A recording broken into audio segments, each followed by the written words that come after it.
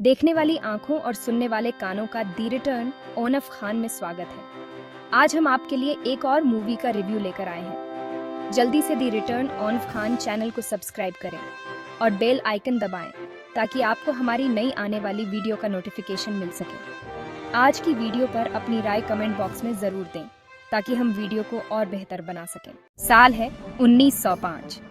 एक ऐसी दुनिया की कल्पना करो जो गैस लाइट की गर्माहट से नहाई हुई है, जहां हवाई जहाज नीचे कोबलस्टोन की सड़कों पर परछाई डालते हैं। ये हमारा जाना पहचाना अतीत नहीं है, बल्कि एक ऐसी दुनिया है जहां विज्ञान जादू के साथ नाचता है।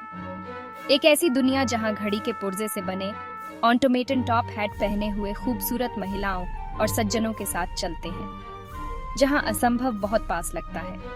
आविष्कार और आश्चर्य के इस युग में सबसे महान दिमाग रात के आकाश में एक ही चमकते हुए ऑर्ब से मोहित है, चांद। यह उनके ऊपर लटका हुआ है, एक आकाशीय प्रकाश स्तंभ अनकहे रहस्यों की कहानियां सुनाता है। क्या उस चांदी के गोले पर जीवन हो सकता है? क्या खोई हुई सभ्यताएं, छिपे हुए आश्चर्य हो सकते हैं? जवाब कुछ चुनिंदा साहसी लोगों के लिए एक जोरदार हाँ है। वे पायनियर हैं, साहसी हैं, सपने देखने वाले हैं जो सितारों तक पहुंचने की हिम्मत करते हैं, और उनकी यात्रा यहीं से शुरू होती है, एक ऐसी दुनिया में जो असाधारण के शिखर पर खड़ी है।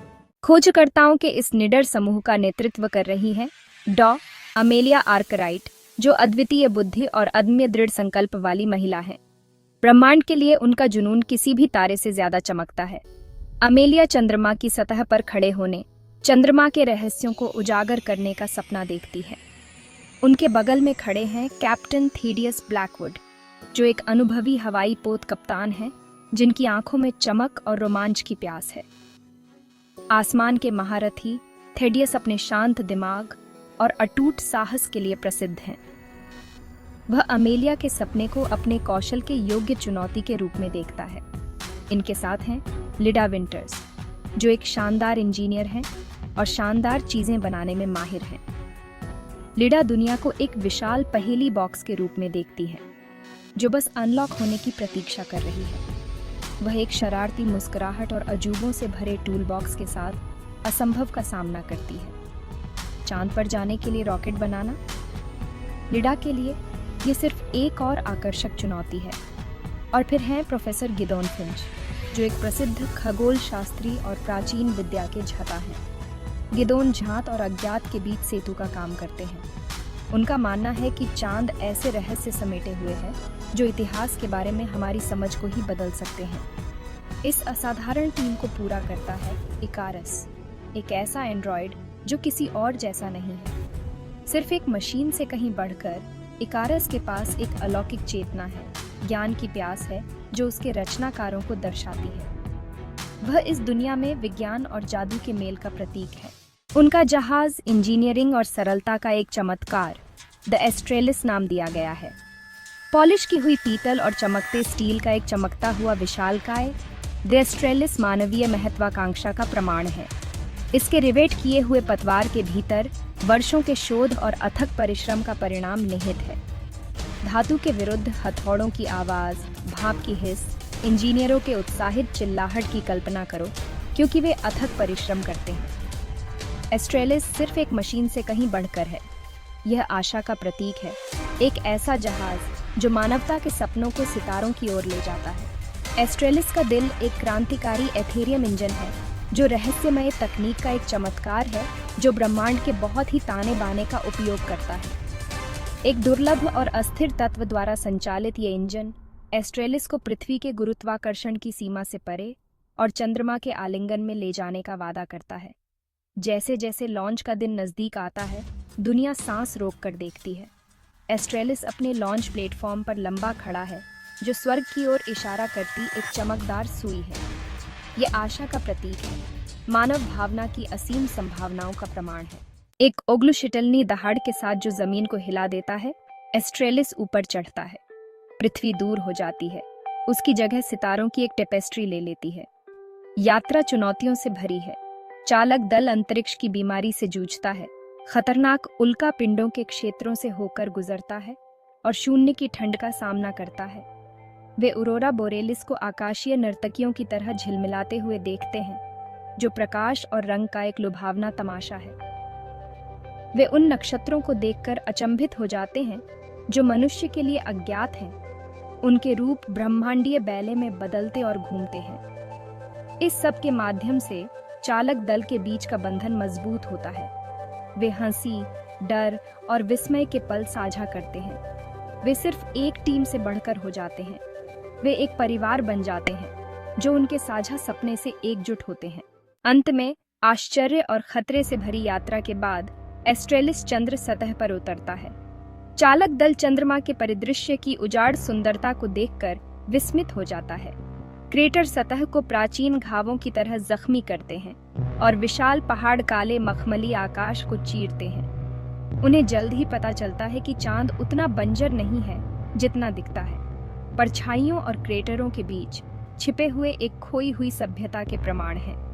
लूनारियन, खंडहर हो चुके शहर, चंद्र धूल के नीचे आधे दबे हुए एक समय के महान लोगों की कहानियां फुसफुसाते हैं। इन खंडहरों की खोज करते हुए वे प्राचीन भित्ति चित्रों को उजागर करते हैं जो लूनारियन को उन्नत तकनीक और ब्रह्मांड के साथ गहरे आध्यात्मिक संबंध वाले लोगों के रूप में दर्शाते हैं। वे लूनारियन की आकाशीय ऊर्जा की महारत और ब्रह्मांड के संतुलन के प्रति उनके सम्मान के बारे में सीखते हैं।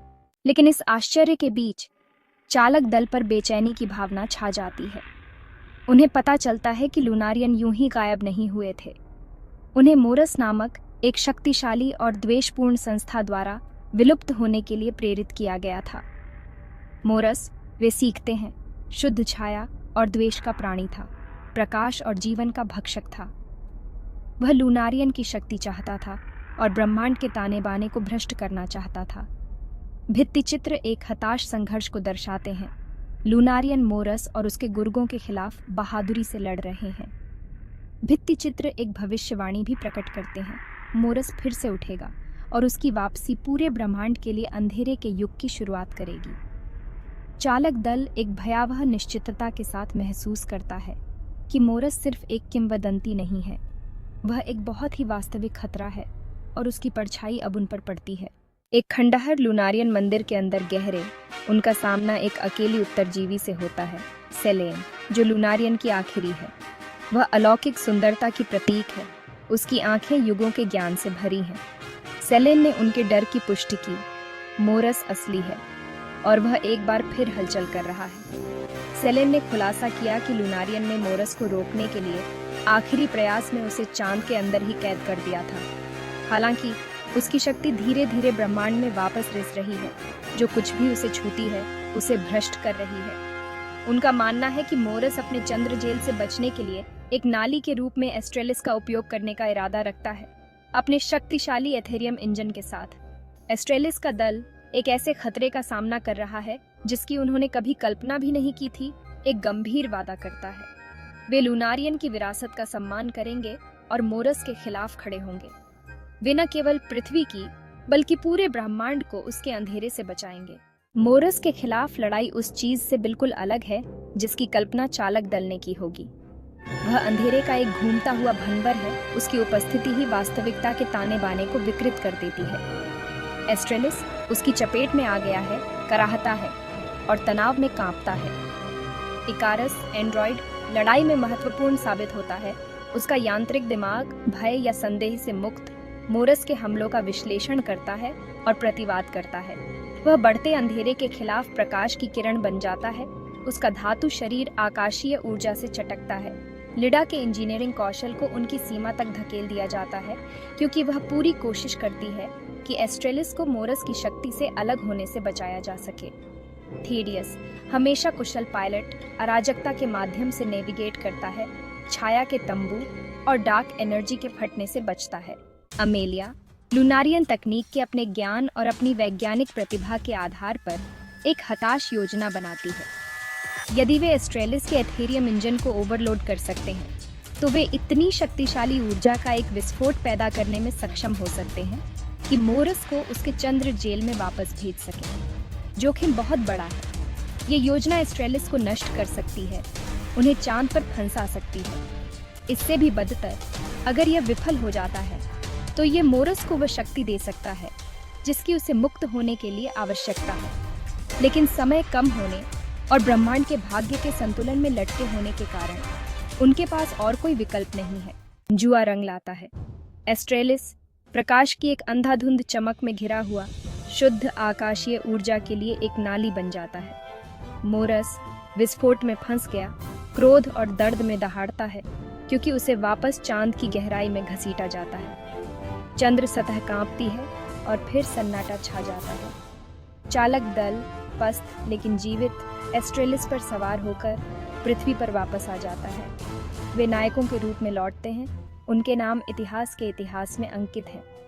उनकी कहानी किंवदंतियों की चीज बन जाती है जो आने वाली पीढ़ियों को प्रेरित करती है।